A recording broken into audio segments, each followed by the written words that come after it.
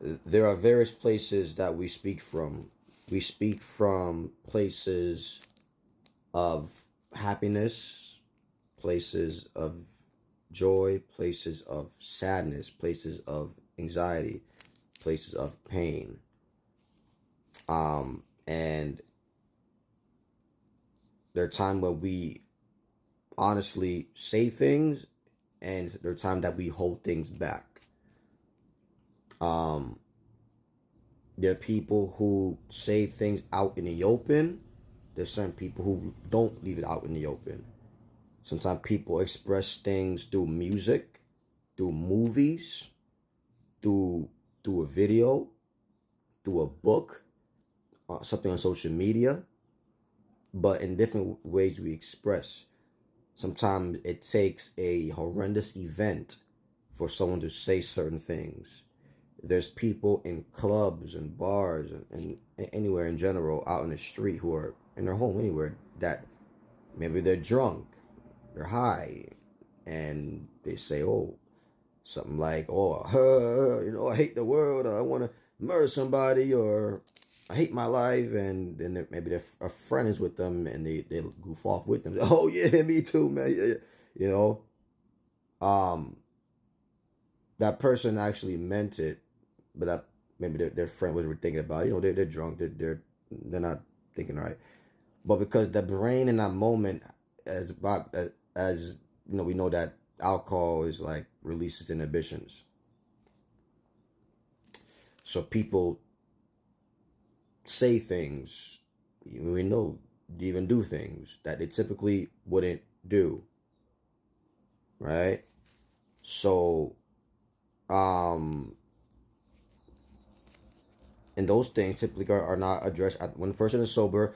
Maybe their friend doesn't even remember what the person said. Maybe that person didn't even remember what they said because they were drunk. Um, and me being a street preacher, I preach all over the place. I preach on buses, trains, around gangsters, prostitutes, drug dealers, outside of clubs and bars, and I've said things like exposing things and mentioning things that people say, "Oh, nobody wants to hear that. F you. Nobody want to hear that." And I said, "No, you don't want to hear that. You can't speak for anybody here, you know." And imagine if we knew. Imagine in a group of people. Let's just say that you knew that maybe that person in that crowd was gonna murder you one day, or murder your child, or murder your lover, murder your parent. Maybe you're the kind of person that is say that's like that. Oh, leave people alone. What if that person was gonna murder you, murder somebody? What if you just knew all of a sudden you had the foreknowledge? How different would you uh, react to a street preacher?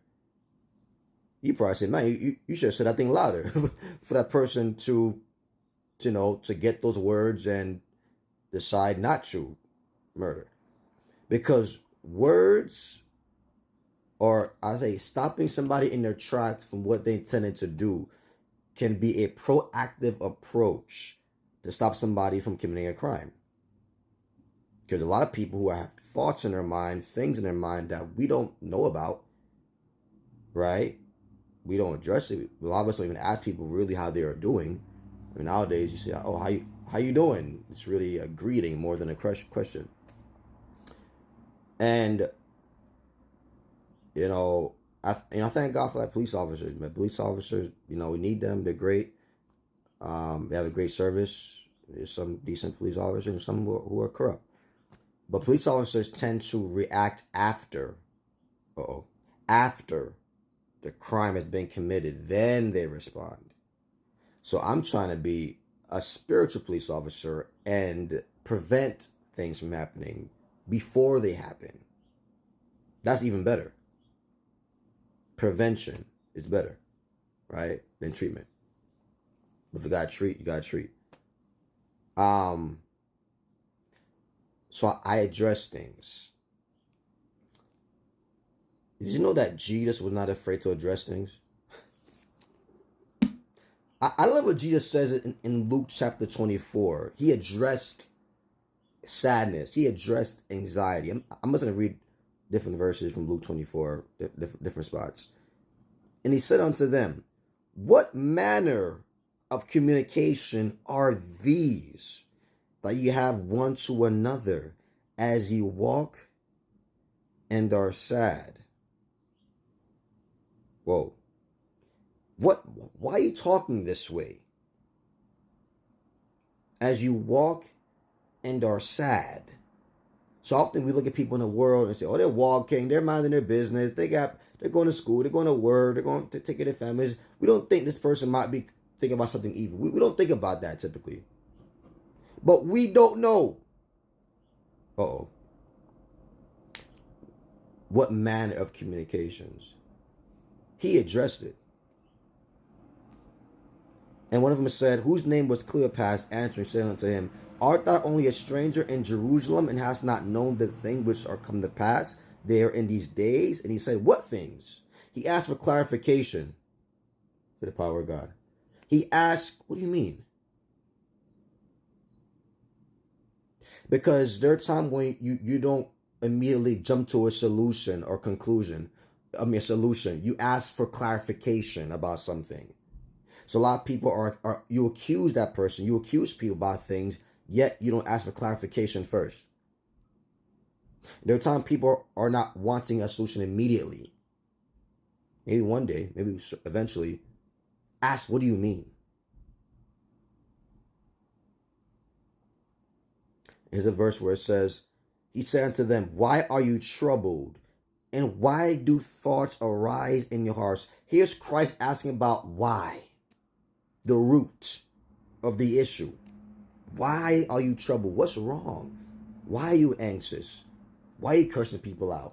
Why are you wilding out? Why are you being promiscuous? Why are you getting drunk all the time? What place of pain are you operating from? Uh-oh. Why?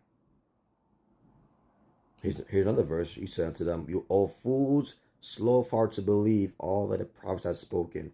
Ought not Christ to have suffered these things and to enter into his glory? Now there's Christ bringing elucidation to their confusion, bringing clarity to the situation. But notice that he asked first. He questioned. He allowed them to speak. What's going on? What are the emotions? What are the underlying emotions? What's the cause behind it? What's the thing behind this? What is the reason? And often at times in life we see things, whether we hear things from somebody that's talking certain things, the homes, our work environments, social media. Often we don't address it. And then we say, well, I'm a good person. I'm a good person. I don't need God. I'm not religious. I'm blah, blah, blah. And then with people who are in need, who are suffering, we don't really take the time to really see what's going on. Maybe unless you know that person personally, maybe unless I know you. If I don't know you, I really don't care not much about you or anything about you. How sad is that? So I saw in the Bible, I am my brother's keeper. Whoever it is, I have a duty, a responsibility, if I notice something, to address it. And maybe it's not always you got to go to the person and talk to them. Maybe not in every situation. But maybe by your lifestyle, by what you wear, somebody can be encouraged. I love wearing Christian attire. They're encouraging. On my hat, encouraging. Because people have seen that and said, wow, that's so nice what you got on. Tell me about that. Wow, that's very encouraging to see that. That's interesting. And sometimes they don't say anything. They see it, but in their mind, you don't know what's registering in their mind. That positivity could be counteracting some sort of negativity. We have a duty to look after our brothers and our sisters, or people that we see every day, because that person could affect us in one way or the other, for good or for evil, in the future. God bless you. I love you.